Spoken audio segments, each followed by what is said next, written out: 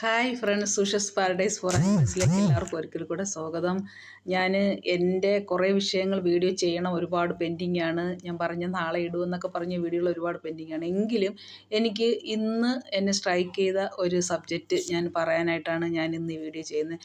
വളരെ ലേറ്റായി, മണി 12 അടുക്കുന്നു. എനിക്ക് പണി കഴിഞ്ഞ് വന്നുകൊണ്ട് നാളെ പണിക്ക് പോകണം, ഉറങ്ങണം, ഉറക്ക ക്ഷീണം കൊണ്ട് കണ്ണ് തൂങ്ങുന്നു. പക്ഷേ എങ്കിലും എനിക്ക് ഇന്ന് ചെയ്തില്ലെങ്കിൽ പിന്നെ ചിലപ്പോൾ ഞാനത് മടിച്ചു പോകും.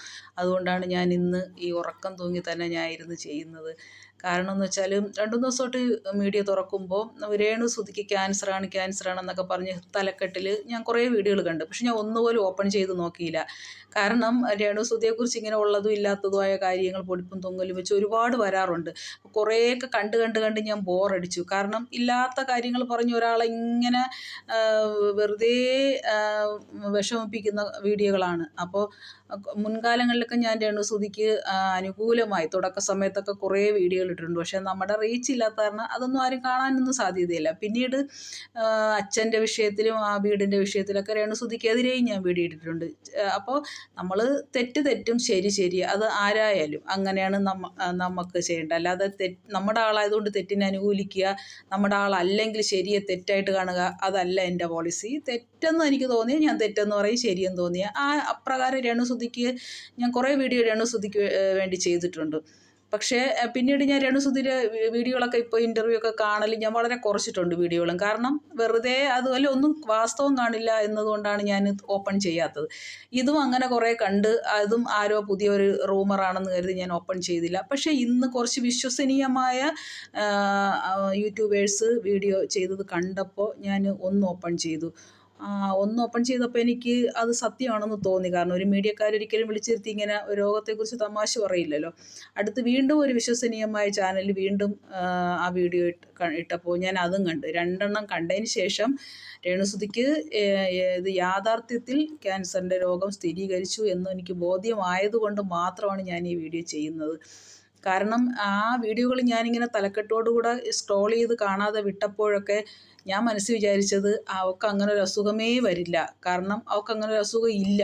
ഇത് വെറുതെ ആരോ റീച്ചിന് വേണ്ടി പടച്ചു വിട്ടതാണ്. കാരണം എനിക്കത് വിശ്വസിക്കാൻ വളരെ ബുദ്ധിമുട്ടുണ്ടായിരുന്നു. കാരണം നമ്മളൊരിക്കലും ഇങ്ങനെ ഒരു ഫീൽഡിൽ കത്തിജ്വലിച്ച് നിൽക്കുന്ന ആൾക്ക് പെട്ടെന്ന് ഇടിവെട്ടേറ്റ് എൻ്റെ തലയിൽ തേങ്ങ വീണു എന്നൊക്കെ പറയുന്ന പോലത്തെ അങ്ങനെയാണ് എനിക്കത് ഫീൽ ചെയ്തത്. അപ്പോൾ അതൊരിക്കലും ശരിയാവരുതേ, അല്ലെങ്കിൽ ശരിയല്ല എന്ന് തന്നെ ഞാൻ തീരുമാനിച്ചതിൻ്റെ പേരിലാണ് ഞാനത് തുറന്നു നോക്കാത്തത്. പക്ഷെ അത് റിയൽ ആണ് എന്ന് മനസ്സിലായപ്പോൾ, സത്യം പറഞ്ഞാൽ ആദ്യത്തെ വീഡിയോ കണ്ടപ്പോൾ എനിക്കൊന്നും ഫീൽ ചെയ്തില്ല. കാരണം ഒന്നിൽ തെറ്റോ, രണ്ടാമത്തെ വീഡിയോയും കണ്ടത് ശരിയാണെന്ന് ഞാൻ കൺഫേം ചെയ്ത സമയത്ത് എനിക്ക് സത്യം പറഞ്ഞാൽ എൻ്റെ കണ്ണുകൾ നിറഞ്ഞു. എനിക്കങ്ങ് വിഷമം തോന്നി. കാരണം ഒരു കുട്ടി വിധവയായതിന് ശേഷം അവൾ ജീവിക്കാനായിട്ട് പെടാപ്പാടുപെടുന്നു. പലരെയും വായിരിക്കുന്ന കേട്ടിട്ട് പെടാപ്പാടുപെടുന്നതിൻ്റെ ഇടയ്ക്ക് അവളുടെ ജീവിതത്തിലേക്ക് ഒരു കരുനിഴൽ പോലെ, അതായത് നമ്മളൊരു ശത്രുവിന് പോലും വരരുതേ എന്ന് ആഗ്രഹിക്കുന്ന ഒരു അസുഖം വന്നു എന്ന് പറഞ്ഞപ്പോൾ സത്യത്തിൽ എനിക്ക് അത് ഉൾക്കൊള്ളാനും പറ്റിയില്ല, താങ്ങാനും പറ്റിയില്ല. അതുകൊണ്ട് മാത്രമാണ് ഞാൻ ഈ വീഡിയോ ചെയ്യുന്നത്. സത്യത്തിൽ ഞാൻ രേണുസുധി നമ്മുടെ ശത്രുവല്ല, ഒരിക്കലും നമുക്ക് അങ്ങനെ കാണാനും പറ്റില്ല. നമ്മളെപ്പോലെ ഒരു സാധാരണ മനുഷ്യജീവി. ഒരു ഇത് വെച്ച് ഞാൻ പറയുന്നു, എത്രയും വേഗം ദൈവമേ ആ കുഞ്ഞിന് അവളുടെ മക്കൾക്ക് വേണ്ടി ജീവിക്കാൻ അവൾക്ക് സൗഖ്യം കൊടുക്കണമേ. എല്ലാവരും അവളെ നെഗറ്റീവ് പറഞ്ഞവർ ഒരിക്കലെങ്കിലും അവൾക്ക് വേണ്ടി ദൈവത്തോടൊന്ന് പ്രാർത്ഥിക്കണമേ എന്ന റിക്വസ്റ്റാണ് എനിക്കുള്ളത്. കാരണം അവിടെ വാർദ്ധക്യത്തിൽ അവിടെ അച്ഛനും അമ്മയ്ക്കും സഹോദരങ്ങൾക്കും ഒക്കെ തുണയായിട്ട് നിന്ന ഒരു കുട്ടിയാണ്. അപ്പം അങ്ങനെ ഒരാൾക്ക് ഒരിക്കലും പക്ഷേ അവളുടെ പെട്ടെന്നെല്ലാം കൂടെ ചിന്തിച്ചു പോയി. ഒരു ആളിക്കത്തുന്നത് എന്തോ അങ്ങനെയൊക്കെയുള്ള കുറേ ചിന്തകൾ, പഴഞ്ചൊല്ലുകളൊക്കെ എൻ്റെ മനസ്സിൽ വന്നു. അതൊന്നും ഞാൻ പറയാൻ ആഗ്രഹിക്കുന്നില്ല. അങ്ങനെ വല്ലതുമാണോ എന്നൊക്കെയുള്ള ഒരു ടെൻഷൻ. പക്ഷേ അവൾക്ക് ഒരുപാട് പേരുടെ പ്രാർത്ഥനയും സപ്പോർട്ടും ഉണ്ടെന്ന് അവളുടെ ഇൻ്റർവ്യൂ നിന്ന് എനിക്ക് മനസ്സിലായി. അതുകൊണ്ട് ഒരിക്കലും രേണുസുധിക്ക് ഈ രോഗം കൊണ്ട് ഒരു നെഗറ്റീവോ ഒരു നഷ്ടമോ അവളുടെ ജീവിതത്തിൽ വരരുതേ എന്ന് ആത്മാർത്ഥമായി പ്രാർത്ഥിക്കുന്നു. എല്ലാ പേരും ആ കുഞ്ഞിന് വേണ്ടി പ്രാർത്ഥിക്കണമേ, രേണുവിന് വേണ്ടി പ്രാർത്ഥിക്കണമേ എന്ന് എൻ്റെ ഒരു എളിയ അഭ്യർത്ഥനയാണ്.